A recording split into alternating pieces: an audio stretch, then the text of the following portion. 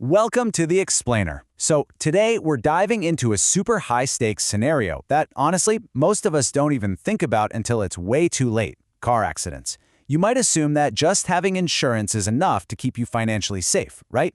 Well, looking at the data, a completely innocent mistake in the aftermath of a crash can actually cost you your entire claim. Let's find out how to protect ourselves. Picture this: you just got into a crash. The glass is finally settled, your heart is literally pounding out of your chest, and the other driver is walking toward you. Do you know exactly what to say? And actually, more importantly, do you know what to keep to yourself? The insurance claims process is this tricky, hidden minefield, and it begins the exact second the collision happens.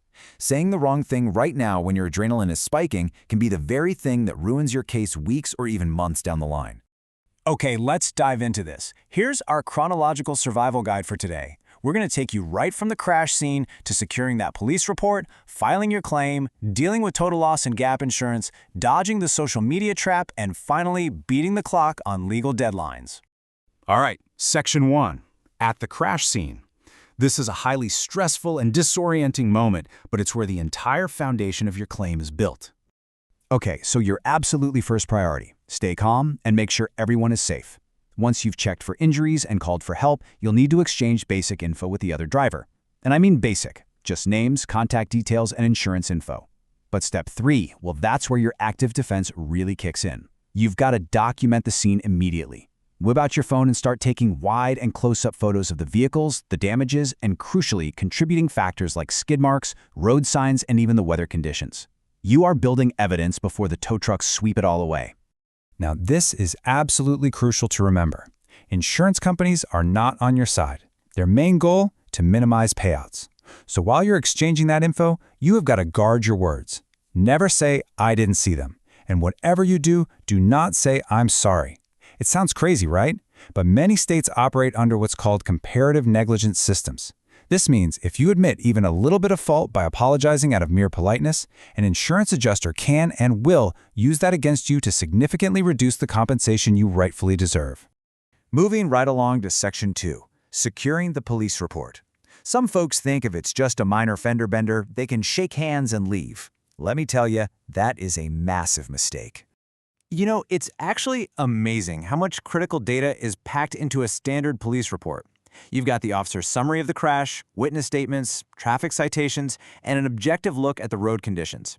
Insurers rely heavily on this neutral third-party document to assign fault. After a crash, insurance companies aren't just going to take your word for what happened. This document is often the very first thing an adjuster looks at. But here's the catch: you have to check it for errors. I mean, police officers are human. Mistakes happen. Maybe they got the street name wrong or, I don't know, mixed up which driver was in which car. Because insurers lean so heavily on this report, even a tiny, seemingly harmless error can completely derail your claim.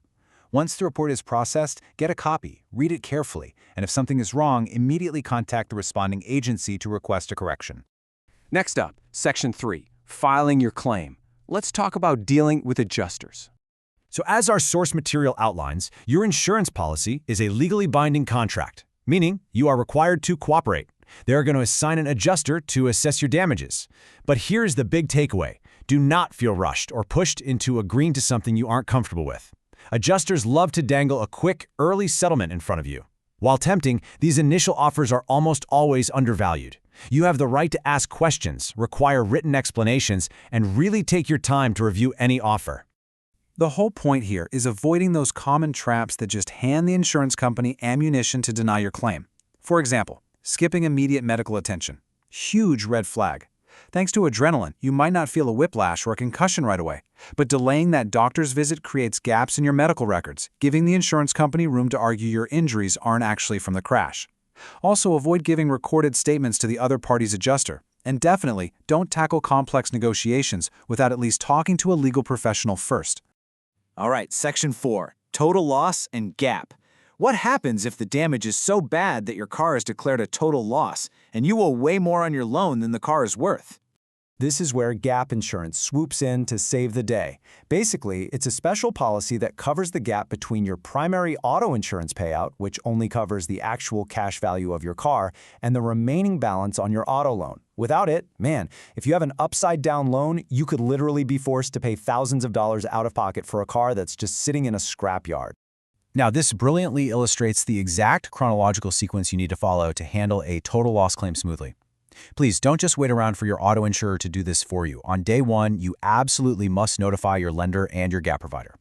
Then gather up your police report and the settlement letter showing the actual cash value payout. You've got to monitor that primary payout because your gap claim cannot be wrapped up until the main insurer sends their check to the lender. Finally, follow up to make sure the gap provider clears the rest of the debt so you get that zero balance confirmation. Moving to Section 5, the social media trap. This is a modern hazard that ruins countless personal injury claims. Believe it or not, defense teams and insurance adjusters actively surveil social media to undermine your claim. It's like their digital private eyes. Safe behavior means making your profiles completely private and going radio silent about the case. Destructive behavior? That includes posting emotional rants about the legal proceedings or even innocent little updates like feeling better today. They will twist that to argue your injuries aren't actually that severe. Even a photo of you just hanging out at a social gathering can be used to suggest you aren't as physically impacted as you claim. Check out this real-world example straight from the source material. We've got John. He claimed significant neck and back injuries after a serious crash, but just a few weeks later, he posts a photo of himself enjoying a hiking trip on his profile.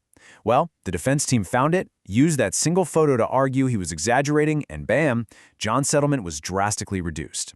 Your digital footprint is permanent, folks. During a claim, you have to treat it like active surveillance. Finally, Section 6, beating the clock. Let's look at the overarching rule that governs this whole process. Okay, so the statute of limitations. This is the absolute, strict legal deadline you have to file a lawsuit for your injuries or property damage. And it varies by state. Some give you 3 years, others might give you way less. But the key takeaway here is this. If that deadline expires, you permanently lose your right to recover any damages, no matter how strong your evidence is. The clock starts ticking the exact moment the crash happens. Because of these strict deadlines, you really have to act fast.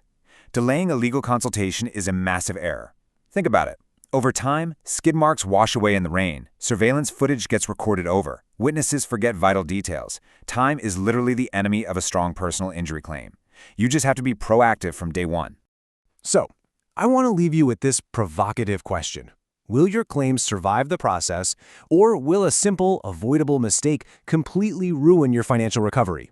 We've just seen how saying the wrong thing at the scene, or ignoring a hidden injury, or heck, even posting a single photo online can unravel the whole shebang. The burden of proof is entirely on you, the injured party, and navigating this minefield requires some serious discipline. Remember, protecting your claim starts the exact second that crash happens. Preparation is totally your best defense against insurers who just want to minimize your payout. Don't fall into the trap. I really hope this explainer has empowered you with the structured steps you need to protect yourself. If you've had to navigate a tricky insurance claim yourself, or if you have any questions about the steps we covered, definitely drop your thoughts in the comments below. Thanks for hanging out with us, and please, stay safe out there.